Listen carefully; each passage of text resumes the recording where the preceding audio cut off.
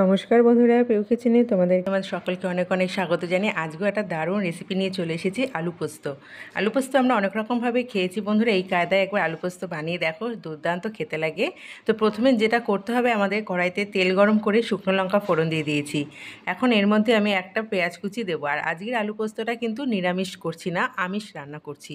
কেমন? তো তার জন্য দেখো এখানে 1 চামচ আমি পাঁচফোড়ন দিয়েছি। পাঁচফোড়নটা একটু তেলের ওপর ভাজা ভাজা হয়ে গেলেই আমি এখানে একটা গোটা পেঁয়াজ কুচি দিয়ে দেবো।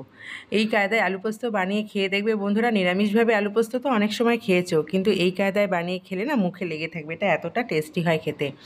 আর বিউলির ডালের সঙ্গে এইরকম আলু পোস্ত কিন্তু কথা ভাবাই যায় না। আর বিউলির ডালের রেসিপি আমি এর আগে আপলোড করে দিয়েছি তোমাদের কাছে, তোমরা অবশ্যই একবার রেসিপিটা দেখে নিও।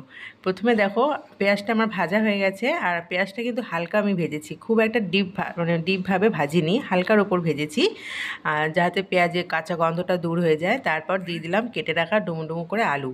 এখানে আমি টোটাল 300 গ্রাম মতো আলু নিয়েছি, আর আলুটাকে এরকমভাবেই আমি কেটেছি। এখন আলুর মধ্যে দিয়ে দিলাম স্বাদ মতো লবণ আর পরিমাণ মতো হলুদ গুঁড়ো। লবণ আর হলুদ গুঁড়ো দিয়ে আলুটাকে ভালো মতো আমি একটু ভেজে নেব। আর ভাজাটা কিন্তু ঢাকা দিয়ে ভাজতে হবে, যাতে আলুটা ভাজার মধ্যে অর্ধেকটা সেদ্ধ হয়ে যায়। মিডিয়াম আঁচে আমি আলুটাকে ভাজবো আর ঢাকা দিয়ে ভাজবো। আজকের এই আলু পোস্ত রেসিপিটা তোমাদের কেমন লাগছে বন্ধুরা, তোমরা কিন্তু কমেন্টসে জানাতে একদমই ভুলবে না। এবং রেসিপিটা ভালো লাগলে তোমরা কিন্তু লাইক করবে, শেয়ার করবে বেশি বেশি করে, এবং আমার ফেসবুক পেজটিকে তোমরা ফলো করে দেবে। আর যে সকল বন্ধুরা ইউটিউব থেকে রেসিপিটা দেখছো, যদি রেসিপিটা ভালো লেগে থাকে অবশ্যই তোমরা লাইক, কমেন্ট, শেয়ার করো, এবং চ্যানেলটিকে সাবস্ক্রাইব করে পাশে থাকা বেল আইকনটি কিন্তু অন করে রাখবে। যখন আমি নতুন রেসিপি আপলোড করব তার প্রথম নোটিফিকেশানটাই তোমাদের কাছে পৌঁছে যাবে। তো বন্ধুরা, আলুটা আমি ঢাকা দিয়ে বেশ ভেজে নিয়েছি 3 থেকে 4 মিনিট মতো। তারপরে আলুর মধ্যে দিয়ে দিলাম 1 বাটি জল, আর জলটা কিন্তু উষ্ণ গরম জল হবে। এখন আমি ঢাকা দিয়ে রেখে দিলাম মিডিয়াম আঁচে আলুটাকে সিদ্ধ হওয়ার জন্য। এদিকে শিলনোড়ার মধ্যে নিয়ে নিলাম আমি পোস্ত। এখানে আমি 3 চামচ পোস্ত নিয়েছি, আর 7-8টা কাঁচা লঙ্কা নিয়েছি। এখন একটু ভালো মতো আমি পোস্তটাকে বেটে নেব। অনেকেই আছে যারা মিক্সচারে পোস্ত বাটো, কিন্তু মিক্সচারে পোস্ত বাটা আমার ঠিক অতটা ভালো লাগে না, তার জন্য কিন্তু আমি শিলনোড়াটা পছন্দ করি। আর মিক্সচারে যারা পোস্ত বাটো বা সর্ষে বাটো, আমি তোমাদের একটা টিপস বলে দিই, তোমরা আগের দিন সর্ষে অথবা পোস্তটা একটু জলে ভিজিয়ে রেখে দেবে। দেখবে পোস্তটা পরের দিন একটু অনেকটা জল টেনে নিয়ে ভারী হয়ে যাবে, এবং সেই ভারী পোস্তটা বাটতেও কিন্তু অনেকটা সুবিধা হয়। তো আমার কিন্তু শিলনোড়াতে বাটতে বেশি পছন্দ, তাই আমি শিলনোড়াটাই পছন্দ করেছি।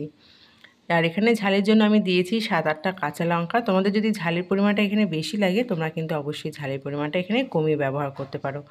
আর এই কায়দায় তোমরা আলু পোস্তটা একবার খেয়ে দেখো বন্ধুরা, এটা খেতে ভীষণ ভালো লাগে। আর এটা কিন্তু নিরামিষ আলু পোস্ত নয়, আমি আবারও বলে দিচ্ছি, এটা পেঁয়াজ দিয়ে আমি তৈরি করেছি, পেঁয়াজ আলু পোস্ত।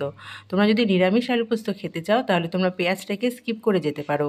পেঁয়াজটা স্কিপ করে গেলেই কিন্তু এটা নিরামিষ আলু পোস্ত তৈরি হয়ে যাবে। তো আমার কিন্তু পোস্তটা আর কাঁচা লঙ্কাটা একদম বাটা কমপ্লিট হয়ে গেছে বন্ধুরা, দেখো। এখন আমি আলুটা নাড়াচাড়া করে দেখে নেব যে আমার আলুটা কতটা সিদ্ধ হলো। অনেকেই আমরা যেটা ভুল করি যে পোস্তটা আগে দিয়ে দিই আলুর মধ্যে, তারপরে জল দিয়ে দিই। তো সেইভাবে পোস্ত রান্না করে অতটা টেস্ট মনে হয় না। এই কায়দায় একবার খেয়ে দেখবে, এটা খেতে দুর্দান্ত লাগে। তো আলুটা আমার অনেকটাই সিদ্ধ হয়ে গেছে। এখন আমি বেটে রাখা পোস্ত আর কাঁচা লঙ্কা বাটা দিয়ে দিলাম।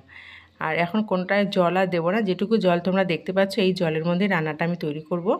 এবং আলু পোস্তটা কিন্তু একটু মাখা মাখা খেতে ভালো লাগে, বেশি একটা ঝোল ভালো লাগে না। পোস্তটা দেওয়ার পর কতটা থিকনেস বেড়ে গেছে দেখো বন্ধুরা, এবং আলুটাও কিন্তু অনেকটাই সিদ্ধ হয়ে গেছে। এবং এইরকমভাবে খেতে না পোস্ত দারুণ খেতে লাগে। এইরকম পোস্ত ভাতের সাথেও ভালো লাগে, তেমনি রুটির সাথেও খেতেও খুব ভালো লাগে, রুটি পরোটার সাথেও ভালো লাগে খেতে।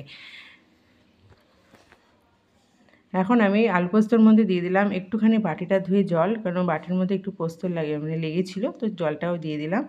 আর স্বাদ মতো একটু চিনি দিয়ে দিলাম। যারা চিনিটা খেতে অ্যাভয়েড করো, তোমরা চিনিটা কিন্তু স্কিপ করে যেতে পারো। তো চিনিটা ছাড়াও তোমরা আলু পোস্তটা তৈরি করে নিতে পারো। বন্ধুরা, আমার রেসিপিটা একদম পারফেক্টলি তৈরি হয়ে গেছে। এখন আমি গরম গরম পরিবেশন করবো। আশা করছি আজকের রেসিপিটা তোমাদের ভীষণ ভালো লাগলো। রেসিপিটা ভালো লাগলে অবশ্যই একবার ট্রাই করে দেখবে। আজকের মতো এই পর্যন্ত।